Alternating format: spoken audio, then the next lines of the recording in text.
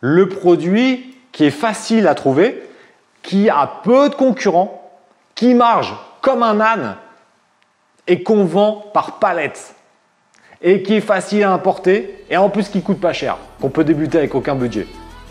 Et bien ça, malheureusement, ça n'existe pas non plus.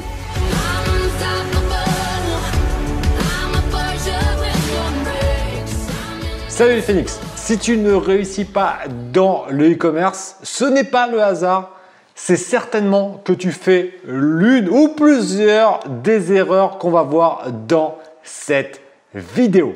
Je m'appelle Olivier Alain et je suis un expert dans la vente sur Amazon depuis 2009. Mais cela ne m'a pas empêché de faire des conneries au cours de mon projet e-commerçant. En effet, c'est comme tout, hein, on fait des erreurs et les erreurs te permettent de t'améliorer. J'ai failli faire faillite 3 fois et je te remets la vidéo là-haut. Et c'est des informations qu'il faut que tu prennes en compte pour éviter de faire les mêmes erreurs que moi.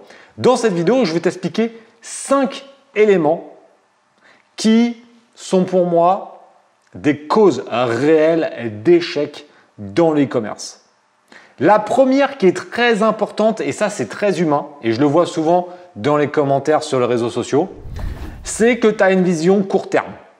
Et ça c'est un peu le problème des êtres humains, c'est qu'on veut de la gratification immédiate.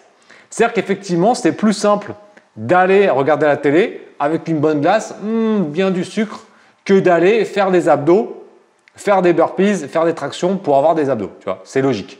Donc, on préfère avoir de la gratification immédiate.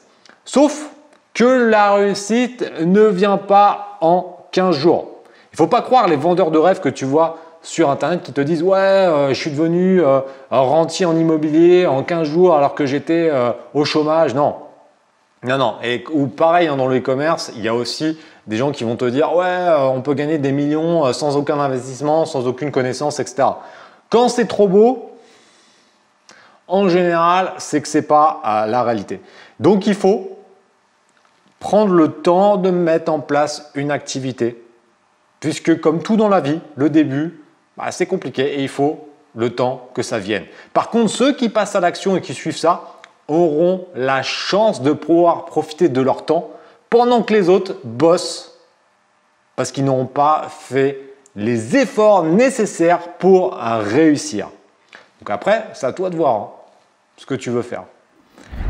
Deuxième point qu'on voit, c'est que la plupart des vendeurs ne sont pas en mode empathie. Ils ne sont pas là pour créer de la valeur pour leurs clients, ils sont là pour vendre des produits. Et en fait, ça c'est une erreur. Et j'ai été comme ça aussi pendant pas mal de temps, jusqu'au moment où je comprenne ça. Et là, mon activité a vraiment décollé dans la vente sur Amazon. Mais les premières années, je vendais des produits.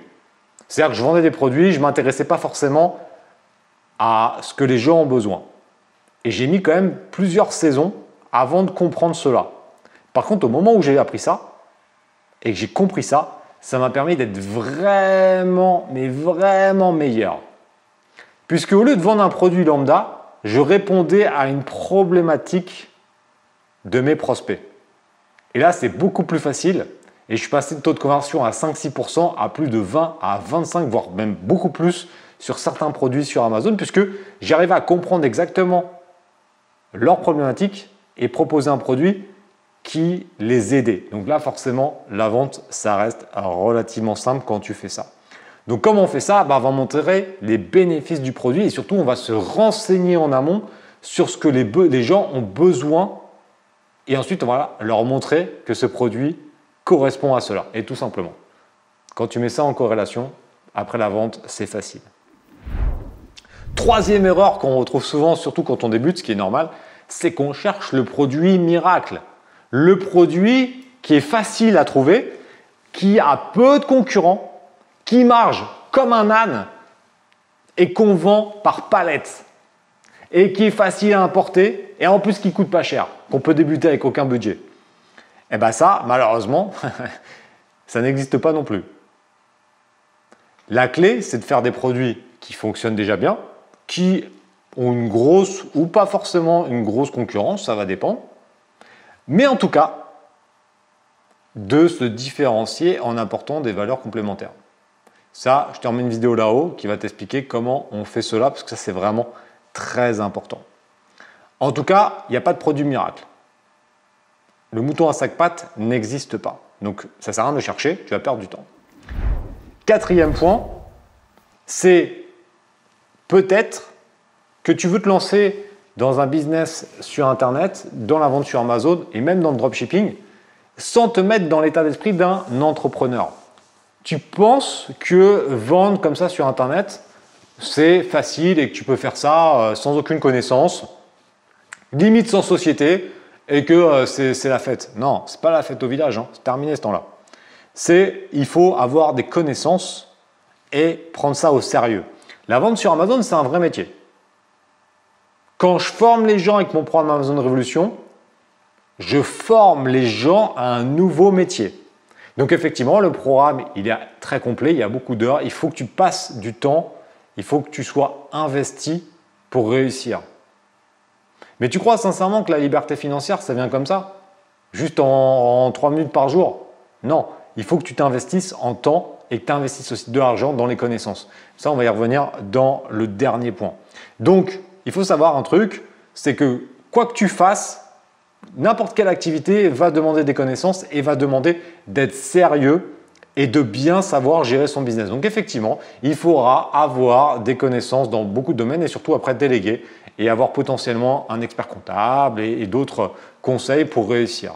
Et là, on arrive sur le 5e point. Et là, tu vas me dire, ah ouais, mais toi, tu es formateur, donc forcément, tu dis aux gens qu'il faut se former. Oui, mais tu te formes avec qui tu veux, j'en ai rien à carrer, franchement. Mais par contre, si tu ne te formes pas, bah, tu feras rien du tout. Parce que plus le temps passe et plus le e-commerce devient professionnel. Pour l'instant, il y a encore beaucoup de charlots, surtout dans la vente sur Amazon, il y a beaucoup de gens qui ne respectent pas les règles pour bien vendre. Par contre, moi, je forme quand même beaucoup de gens. Ce qui fait que le niveau, plus le temps passe, plus le niveau monte. Et plus le niveau monte, plus les charlots et les pimpins ne vont pas réussir à s'implanter dans la vente sur Amazon. Donc, il faut prendre le train en marche. De toute façon, c'est relativement simple la vie. Hein. Tu sais, tu es à la gare comme ça, il y a deux solutions. Le train, c'est quoi? C'est les opportunités de business. Soit tu es là comme ça et tu restes sur le quai et tu regardes les trains passer, tu fais « Ah, coucou les gars » et tu restes comme ça à manger tes chips.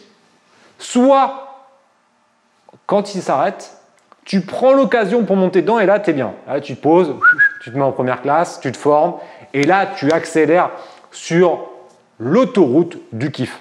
Sinon, tu restes au garage. Si tu veux aller plus loin, il y a des masterclass régulières qui sont totalement offertes et en direct avec moi ou l'un de mes coachs. Ça va te permettre de découvrir la vente sur Amazon beaucoup plus en détail et on te présentera également ce que c'est que la communauté Phoenix. Ce jour-là, pendant les masterclass, on n'a rien à vendre. C'est juste pour avoir de l'impact et te montrer les opportunités énormes que tu peux avoir dans la vente sur Amazon. Maintenant, c'est clair, hein, si tu restes derrière ton écran et que tu ne passes pas à l'action en cliquant sur l'un des liens qu'il y a sous la vidéo, il ne se passera rien et il ne faudra pas venir pleurer dans quelques temps que ta vie ne te plaît pas et que tu n'as pas d'argent pour kiffer. Parce que l'argent, personne ne va venir chez toi, sonner et te donner des billets en disant « Tiens, démerde-toi ». Et ça, ne me dites pas dans les commentaires que ça s'appelle les allocations chômage. Voilà. Les allocations chômage, ce n'est pas l'argent qui vient comme ça, ok? Donc, ne me dites pas ça en commentaire parce que je l'ai déjà eu, mais ce n'est pas l'un des moyens de réussir dans la vie et de devenir libre financièrement. En tout cas, passe à l'action et on se retrouve prochainement sur la chaîne YouTube.